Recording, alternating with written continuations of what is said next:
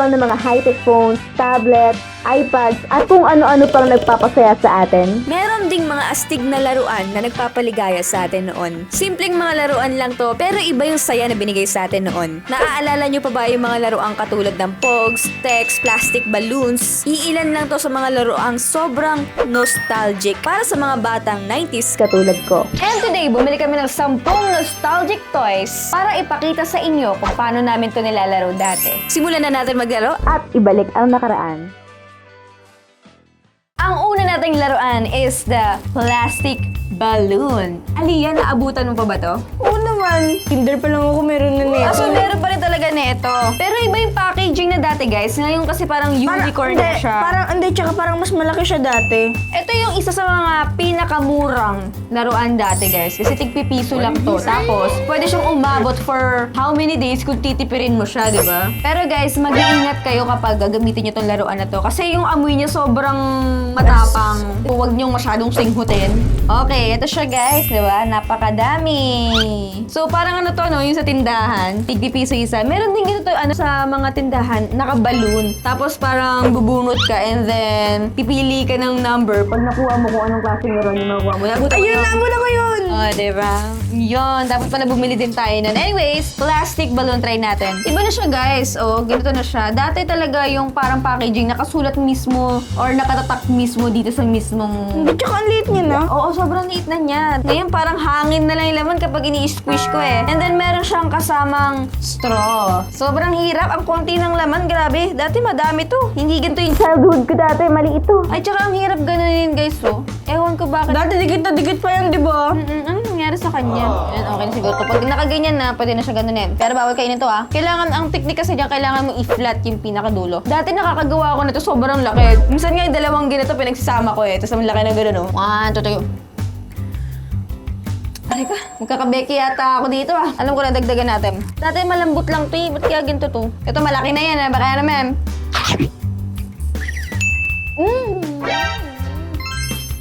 Pag okay na guys, pwede mo na siyang i-close. Pero pwede nyo pa siyang palakihan. Tuturo ko sa inyo kung paano. Kunyari, hindi ka pa satisfied sa laki ng balloon na to. Pwede pang ganito, hem. Hahanginan mo ulit. Ganito, oh. Oh my God! What is that? Ayun o. Tapos isisil mo ulit, di ba? Tapos pag ano na, pag meron na kayong dalawang balloon, pwede mo rin i-combine. Pagdikitin. Tapos gagawa ka ng snowman. Ay, hindi kaya ni Aliyah, guys. Oh, palakihan na lang natin to. Huh? Lumaki na. Laway ko.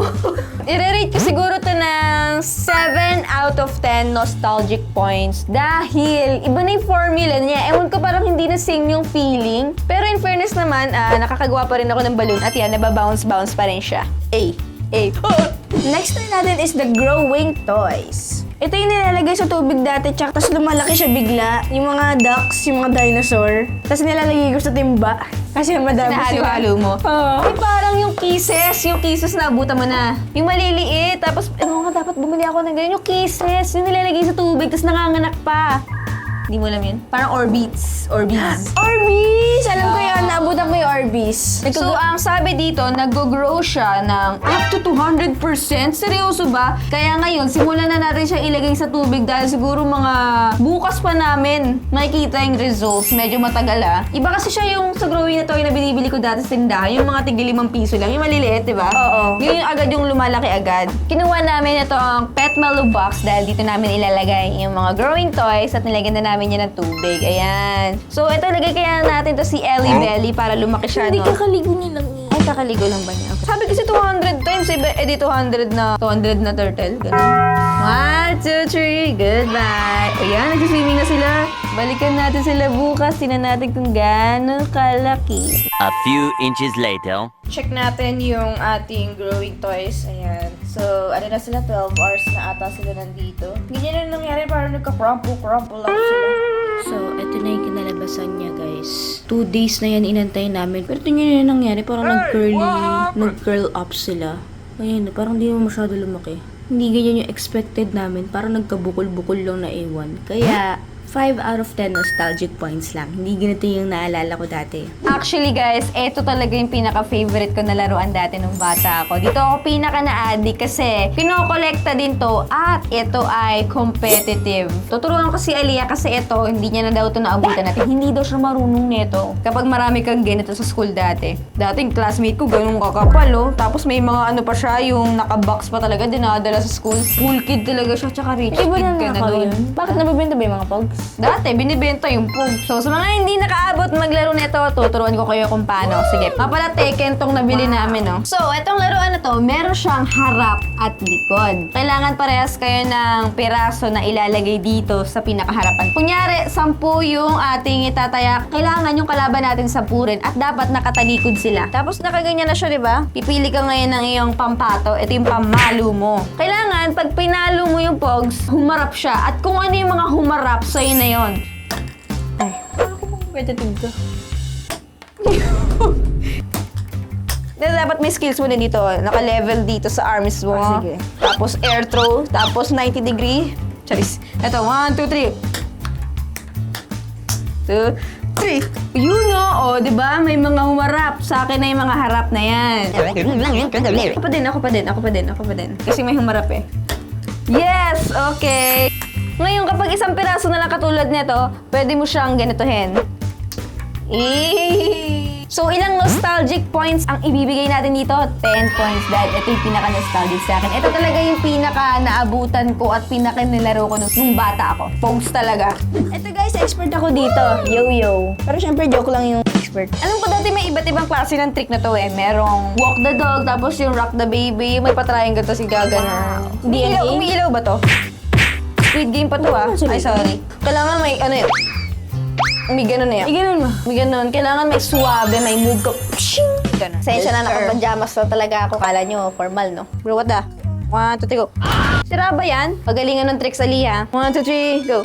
Yo, yo, yo, yo, yo, yo. O, di ba? Galing. Ay, Ellie. And i-rate namin na siguro 6 out of 10 nostalgic points yung yo-yo. Kasi pangit yung nabili natin, no? Bago mauso ang mga drones, nagkaroon muna ng flying LC. Flying T-ba or flying LC or helicopter na lang kasi mukha siyang helicopter. Uso pa rin to hanggang ngayon eh. Ano? So kapag mas magaling ka magpalipad, ayan, mas mataas yung lipad niya. Mas maganda siguro to laruin natin sa labas para malaman natin kung sinong mas mataas magpalipad. So yun na nga guys, lumabas na kami at sinubukan na namin tong Flying LEC. Yun, hindi kami masyado nakapagpalipad ng mataas pero i-rate namin ito na 7 out of 10 nostalgic points. Cute! Parang dress to impress. Bago mauso ang dress to impress, nauna tong mga to, itong mga paper dolls or tinatawag din siyang manika sa papel. Ayan, may iba't ibang klase. 7 years old pa lang ako guys, nilalaro ko na to. Naalala ko kasi dati, binibigyan ako ng lolo ko na to ng ganito lagi. Ayun may Barbie nga dito, lupet. Meron din mga panlalaki guys, oh. Andito si Superman, dadamitan mo. Clark Kent. Uy, Dora. Si Barbie na lang sa akin, si Barbie. Una, tatanggalin mo yung character. Dahan-dahan lang sa pagtanggal dahil medyo, you know, they're very delicate. And then, tanggalin natin yung damit nila. Susutan ko siya ng, ito na lang, ito. Nangyari parang pupunta lang sa SM. Ito yung isusuot ko sa kanya. So, pag suot ganyan lang guys. O, diba? Parang dress to impress lang. Kakabit mo lang ganon. Voila! Uy, meron pa dito isa Cinderella. Gusto ko ito i-try. Ay, naputol yung kamay. Ayan na nga sinasabi. Ganito mangyayari kapag di mo iningatan. This is Anna. Eh, ganda, di ba? Suotan na natin si Cinderella. Uy, ayan na. Ready na siya pumunta sa party-party, sa castle, di ba? Sasayaw na siya with the prince. Wow. And so we're going to rate this 8 out of 10 nostalgic points. Very nostalgic talaga sa akin to. At mas marami ng designs ngayon na, in fairness. Next iconic toy natin is this text. Ayan. So, ito nakakabit-kabit pa siya. Naabutan niyo pa ba to, guys? And, ayan, no, Roblox pa pala to. Ay, nostalgic yung amoy. Parang pogs lang din to, guys. Kinokolekta rin siya and competitive game din to. Actually, maraming ways ata to kung paano laruin. Di ko lang sure yung iba. Pero yung alam kong laruin is yung, kunyari, meron kami dito ni Aliyah. Ayan. Kailangan nakaganyan. Tapos mag-a-appear kayo. 1, 2, 3, go. Tapos ilalaglag. O parehas nakatalikod ulit. At kung sino yung nakaharap, sa kanya mapupunta. 1, 2, 3, go.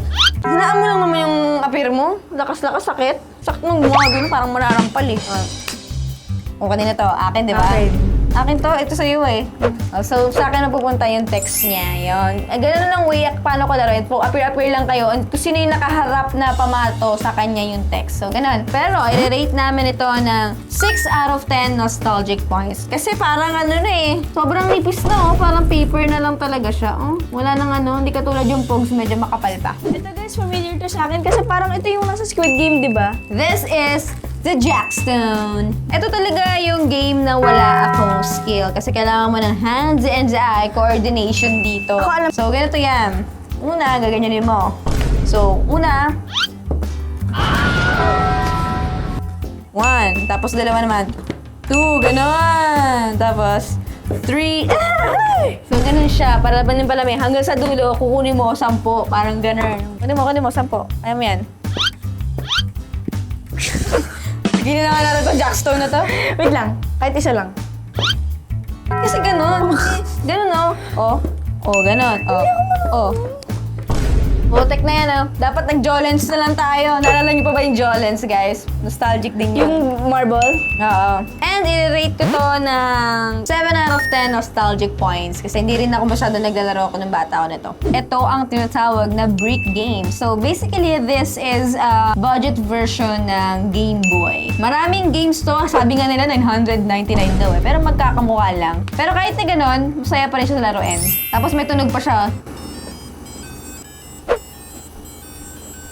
Paano laruin yan? Ayan, so pipili ka ng mga level. O, diba? Ang saya. O, ang galing. Actually, ang saya nga niya, oh. Alam no, nakaka-addict siya na rin, oh. So, ganyan siya. Ah, parang blocks. Benaleya, anong klaseng technique yan? Hindi ganyan maglaro ng Tetris. Ang dami mong butas, oh. And we're going to rate this siguro mga 9 out of 10 nostalgic points. Kasi dati, ang dami din naglalaro na to. Kahit yung matatanda, naglalaro nito dati. Pero ngayon, hindi na siya masyadong uso dahil may phones na. Last natin, guys, is the Rubik's Cube. Sabi nga nila yung mga matatalino lang nakakabuo mga ganito eh. Eh di matalino pala ako. Bakit nakakabuo ka ba niyan? Watch and learn. Try natin ayusin, guys, ha? Marunong talaga ako gumawa nito. Huwag mo akong distractin. Una kasing technique ko dyan, pa-cross muna yung color white. Color white, and then ikakawit mo doon yung color white. Okay, tapos na yung color white natin. Ganun lang yun, layer by layer. Okay, second layer done, guys. So, tapos yung second layer. May formula na to. Medyo nakalimutan ko lang, wait lang. Guluhin natin, tapos ayusin ulit natin. Pabubuo kaya ni Ate Sue? Let's go! O, kompleto. Orange, yellow, reds, white, blue, and green. Amaze ka naman. Sabi, matalino ako eh. And I will rate this 10 out of 10 nostalgic points dahil kaya ko siyang gawin. Turuan na lang kita sa next life, ha? Nakakalungkot lang isipin no, guys, na dati simpleng laruan lang, masaya na tayo. Ngayon kasi pag walang phone, walang iPad, tablet, etc., parang ang hirap ng buhay. Kahit ako, guys, aminado ako. Lagi ako nagpo-phone. Kahit nga sa CR, nagpo-phone ako, TikTok eh. Nasanay na kasi tayo everyday na gamitin natin. Pero kahit na ganun, guys, masarap balikan yung mga simpleng happiness dati. Kaya kahit sandali lang, at least na-experience ulit natin. Thank you, guys, for watching. Sana nag-enjoy kayo. Astig naman pala ng mga laruan dati. Sana naabutan ko naman yan lahat. So, comment down below kung meron pa kayong gustong laruan na itry namin. Kung meron ba kami ng mga na-miss, katulad doon, Jolens. Basta feeling ko marami pa kami laruan na na-miss eh. Comment na kayo dyan down below. Don't forget to subscribe dahil road to 500,000 subscribers na po tayo. Bye, guys! Love you!